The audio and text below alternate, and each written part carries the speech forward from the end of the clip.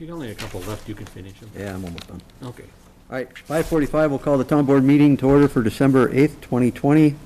First item on the agenda is the approval. Patrick, any changes? Yeah, Mr. Chair, please, as the board, please add a memo from the Public Works Director under item 6A4, Operations, Logistics, and Administrative Offices with the Emergency Management Team reports. Other than that, no changes. All right, move to approve. Move to approve. Second. All in favor, say aye. Aye. Aye, all opposed? All right, that motion carries. Third item is approval of payment of the bills. I'll have them to you in about 2 seconds here, Steve. All righty. Well, in two minutes, I'll approve, no. I'll move to approve the payment of the bills. I will second that. All in favor, say aye. Aye. All opposed? That motion carries.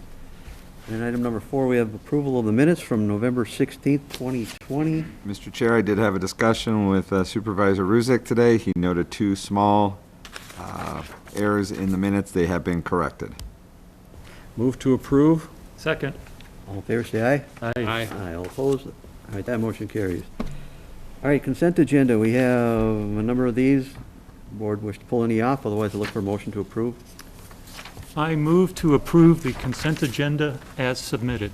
Second. All in favor, say aye. Aye. Aye, all opposed? All right, moving on. We have item 6, old business. Patrick, you want to start this out? Sure. As of the last meeting, we have, the administrative offices have switched to split shifts. We have a morning and an afternoon where we have half of our staff on site to accommodate the spike in COVID cases lately. Beyond that, there's really nothing to report on since the last meeting having to do with the governor or anything along those lines. No, other than he's gotten more stricter and shutting down restaurants, Yep. public spaces. But we do have, and it. contract group did not meet since the last meeting. We will meet next Thursday. So that would bring us over to Dale's memo regarding Public Works. Before we get to that part, good question. If the governor changes things, the management group that you have in place to immediately make any changes and updates, you will handle that. Yep. That direction. Okay. Well, Steve Ruzek brought up a point last meeting about forms for COVID-related responsibilities. He and I just talked about that today. Okay, so where are we with that? We're running it past staff. Okay. Yeah, as I've said, it's nothing more than safety for our employees, safety for our citizens, and for protection for the township, so that everybody knows up front if there's an issue, we shouldn't be on their property. Correct. So whatever language you come up with is. And yes, he did get that to me, Mr. Chair. Okay. Yes. Well, I think it's an excellent point. We need to follow up on that. All right, Dale? Well, that's great. So I've presented the memo in the packet, supplemental. Maybe I should run through it real quick. Sure. Being you just received, or got it here recently. So what I'm going to make a recommendation, the board approve the adjustment to our staffing currently to more be reflective of the public works agency around the metropolitan area. I'd like to start tomorrow, and we're currently working with 2 5-member crews, alternate weeks. I'd like to just have 2 crews all week, just practicing all the items listed in the bullet below that, and to keep the employees safe. There's a wide range of precautions that different agencies are taking, different public works agencies. I'm just, this is my recommendation. I've kind of summarized them in there, and I believe that will keep us safe. Of course, and the good news is I did hear the numbers are kind of dropping a little bit as of today. Now that could increase again, but I would, just ask the board to consider this proposed change, knowing that we could make changes again if needed. I could share with you, there was a couple agencies that did have employees who had contracted COVID. I heard rumors they shut the whole thing down, or they weren't able to keep enough staff there, but it was departments, a 4-man department. Maybe 3 were out. but it wasn't the whole department that's similar to our structure, maybe some a little larger, a little smaller. So that's why I'm proposing this adjustment here at the beginning, to be effective tomorrow. And just as a side, so the board knows, is that Dale and I are talking every 2 weeks, just kind of measuring the state of things with how coronavirus is going. And we're going to be determining every couple of weeks if there needs to be some kind of a change. We approached this one based upon some research that staff performed for him. Sampling was at 7 or 8 different municipalities, Yep. Dale? Yep. As to what they were doing. And we feel that if we've got all of our staff on site but separated, we're going to be more effective that way. So it might change, might stay the same, we don't know. So that's why we're reviewing it every couple of weeks. So.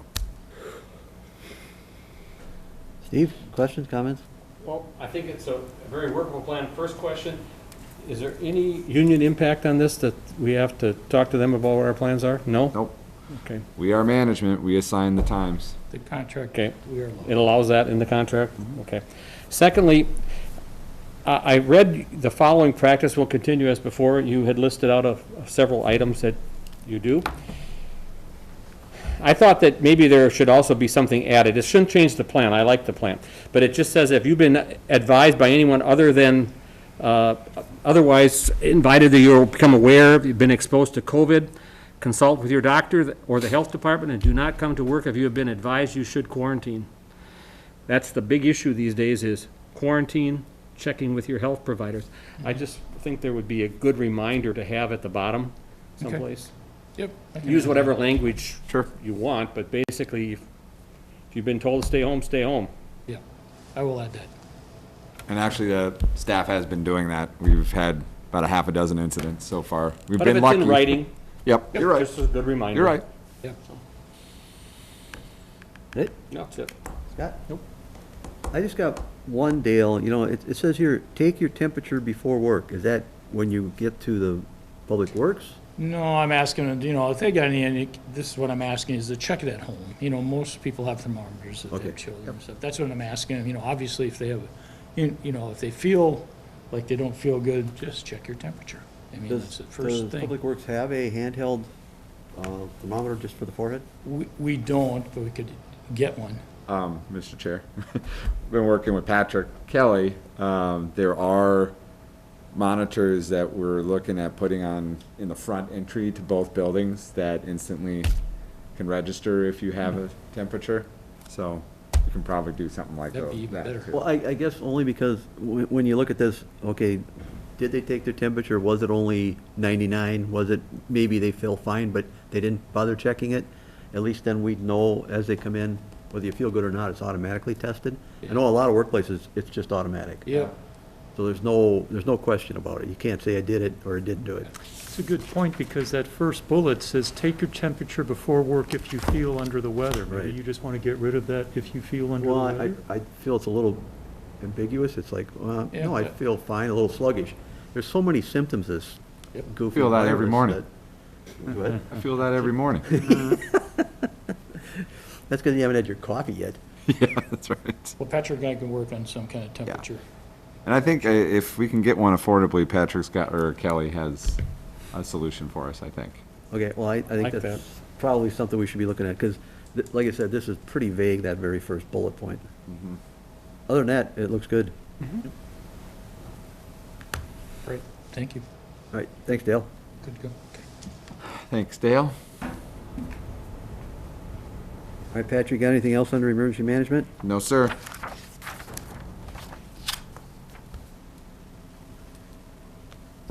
All right, then we will move on to item 7, which is a public hearing.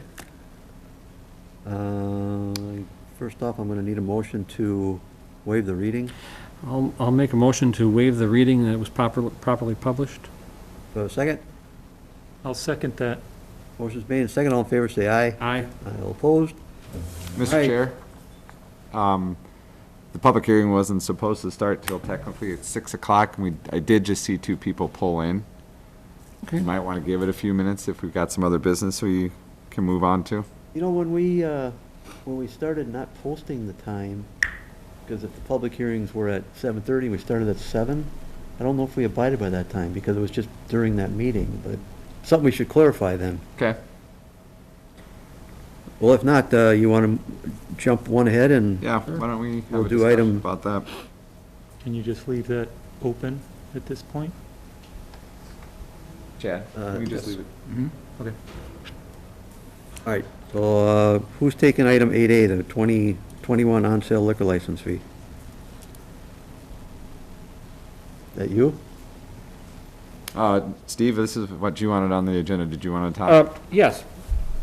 You know, when COVID first started, we made a decision to rebate some of the liquor fees that our local restaurants had to pay, and they're up for renewal again, every annual. And so the question really has to do with, they're struggling. This is a really tough time. And I don't know if it's something we have in our purview. I was concerned, first off, does all the money stay with the township that we collect? It's not tons of money, $12,000, I think, for all of them. If you leave out the liquor stores, who have, by everybody's guess, has done very well, they don't need our assistance. It's the restaurants that can no longer serve bars or have indoor seating. And so what I thought we should have a discussion on is either waiving their whole fee or doing something, do we have the luxury of not charging them at the beginning of the year and later? I don't know what Can we do it quarterly? Can we do a quarterly billing? Didn't we handle this last time? We collected the full amount and then gave a rebate? Well, it had, because COVID hadn't started yet. We collected those at January. So we did. Yeah, I mean, we could do it quarterly. I know the fees are kind of set in statute based on size and types and stuff. But I don't know why we couldn't do it quarterly. I don't think this, excuse me, I don't think the statute forbids it. Yeah, I was gonna say, I don't think there's anything stopping us from doing it quarterly, monthly, however we want. But isn't there still, don't we still have to have them signed and ready to go by the first of the year to make them? We did that last meeting. They've all got their liquor applications in. They just haven't had to pay, or if they paid, I don't know what we've done with the money. So we've got all that done. It's just a matter Yeah, of we collection. we need the proof of insurance and Yeah, that all still has to stay. forms. So that all has to be done at the beginning of the year.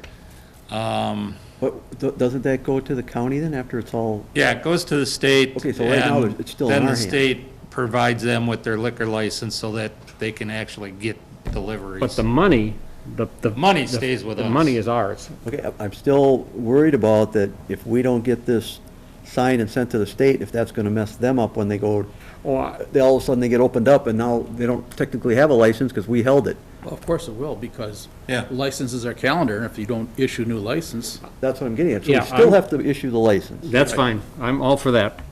It's the fee that Right. as a township, to support our local restaurants and bars, we don't have many. And- There's only 4. Chad, do we just make it $1 so it actually is a payment to, that would be or the a filing wise- fee I- just for the? Yeah, I think it'd be wise to leave a filing fee, some administrative fee. And then look at it again at the end of the first quarter. Sure. So waive their first quarter, or basically 1/4 of their payment. Or until something happens with the governor's orders.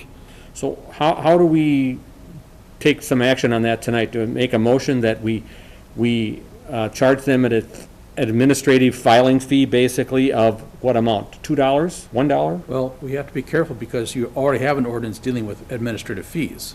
Yeah. So you're now establishing a fee that's not part of your ordinance. I would say have or grant the license with in place or ordinance or statutorily required filing fee, and waive first quarter of the actual license fee, something along those lines. That'd be my motion, to waive at least the first quarter of their annual $3,000 fee. Is that broken down, Tom, when they do pay their fee? what the administrative cost is? No, it's broken down by, I think for the bars, it's just the liquor license and then a Sunday license. And then whether or not they have a 3-2 license, which most of them aren't.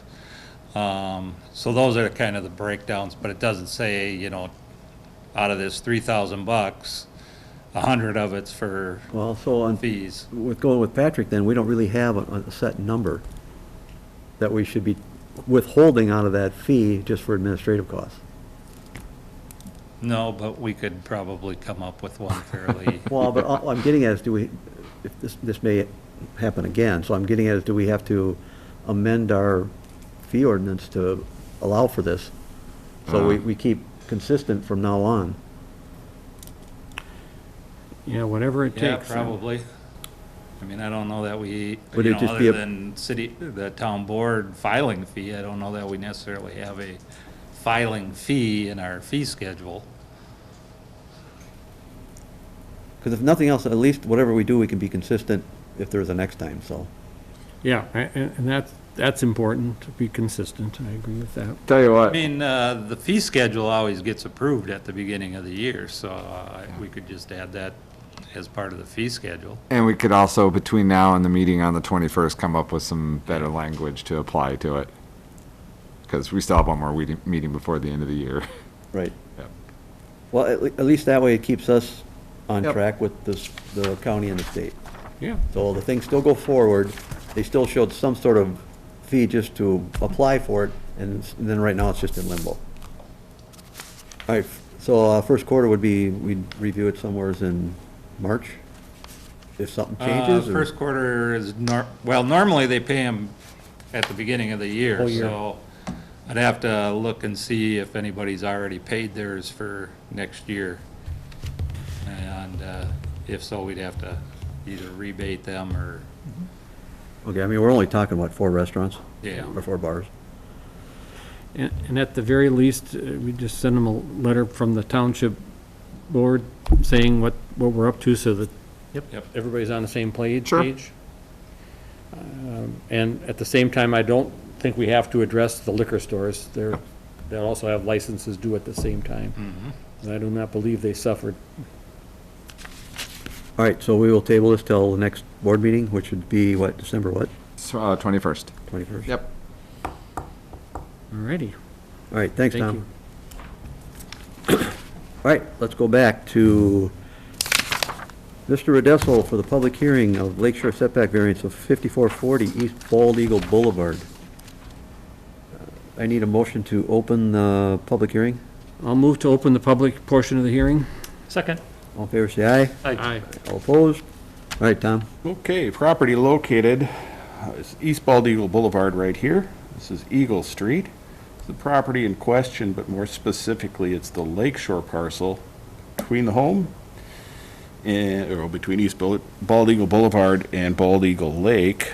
So it's a request, it's an after-the-fact request for a 5-foot lakeshore setback variance and an 11-foot right-of-way setback variance. This is for a 200-square-foot deck that was constructed, a freestanding floating structure that was constructed down on that portion of the lake on top of an existing patio. Property owners, I think, were not aware that a building permit was necessary and that variances would have to be reviewed for this. So that's why we're calling this an after-the-fact. Since the structure's in place, you look at the unique property here, fairly narrow depth between Bald Eagle Boulevard and the lake. You are allowed an accessory structure. Every property is allowed to have, lakeshore property is allowed to have a lakeshore accessory structure not to exceed 250 square feet. But it is subject to setback requirements, which would be 10 feet from the lakeshore, the flood elevation of the lakeshore, elevation 913. And again, we've got a public right-of-way here, so that's a 35-foot setback. Put those two together, and there's basically no room to construct any structure there, so would qualify as a practical difficulty in this case here. I should note a fairly steep slope here, but as you go further to the north and east, it gets even steeper. It exceeds 25 feet from lake level to top of what we call a bluff. Structures are not permitted in a bluff or a bluff impact zone and should be set back from that. Pre-existing structures around the lake here, there are structures there. Nothing has been proposed recently, and this is not part of the bluff, so a structure would be permitted here, subject to meeting setback requirements. Again, request 5-foot lakeshore setback variance, 11-foot right-of-way setback variance, both reviewed by the Variance Board and Planning Commission, and both of those commissions did recommend approval of the variances as requested. All right, Steve, questions, comments? No, I heard the presentation and the residents at the planning commission and understood the situation. Just one, the patio that's there now, is it pavers, cement, Pavers. pavers? Yep. And did Rice Creek Watershed have to look at this because of runoff, because of that surface, or not? They typically don't look when it's lakeshore. Beyond, that's our jurisdiction. Okay, I believe the applicants did work with the watershed district to improve a boulder wall along the lakeshore there. But this particular structure, no. all right. Any other questions of Tom from the board? Then I would look for a motion to open it up for public comment. I'll move to open the hearing up for public comment. Second. All in favor, say aye. Aye. Aye. All opposed? I gather the applicant is here. If you have anything to say, you can come up and address the board. Just state your name and address at the podium. Hi, thanks. So I'm Terry Narrow, the resident that lives there. No, the variance board meeting I thought went very well, and they came to the conclusion that the way we floated the deck over the existing patio made it safer, better for runoff of water. The previous owners had put the paver stone patio in, and it's completely heaved up on us twice. And so this year, instead of redoing it again, we thought decking boards would be better. Water would be able to drain through them. So that's what we did. If we can't be the setback area, we literally hit the retaining wall behind us, and we would just have a strip that would be barely usable if we don't have the deck as wide as it is, so. All right, any questions of the applicant? All right, thank you. Okay. All right, is there anyone else wants to speak to this issue? All right, hearing none, I would look for a motion to close the public comment portion. I'll move to close the public comment portion of the hearing. Second that. All in favor, say aye. Aye. Aye, all opposed? All right, any further discussion from the board, or comments, questions? Hearing none, I would be looking for a motion. I'll move based on the variance board, planning commission, and staff review and recommendation, approve the 5-foot lakeshore setback variance and right-of-way setback variance to allow a 200-square-foot at-grade deck lakeshore accessory structure at 5440 East Bald Eagle Boulevard. Second that. All right, motion's made and second, all in favor, say aye. Aye. Aye. All opposed? Here you go, folks. You're all set. Oh, Tom's got something.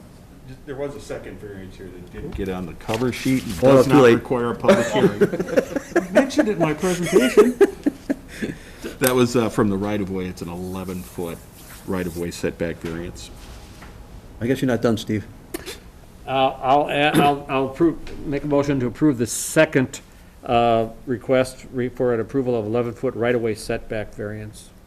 Second. All right, all in favor, say aye. Aye. Aye, all opposed? Now you're done. You're done. Anything else, Tom? Yeah, that's wrong. Thanks, folks. Yeah, you know. You too. Thank you. Thank you. All right, that concludes our agenda. No added agenda items? Anyone for open time? Looks like the place is clearing out. Item 11, I need a motion to receive agenda materials and supplements. So moved. Second. All in favor, say aye. Aye. Aye. All opposed? Motion to adjourn. So moved. Have a second? Second. We are adjourned at 6:09. Nice job, Mr. Chair. All right, now we can all...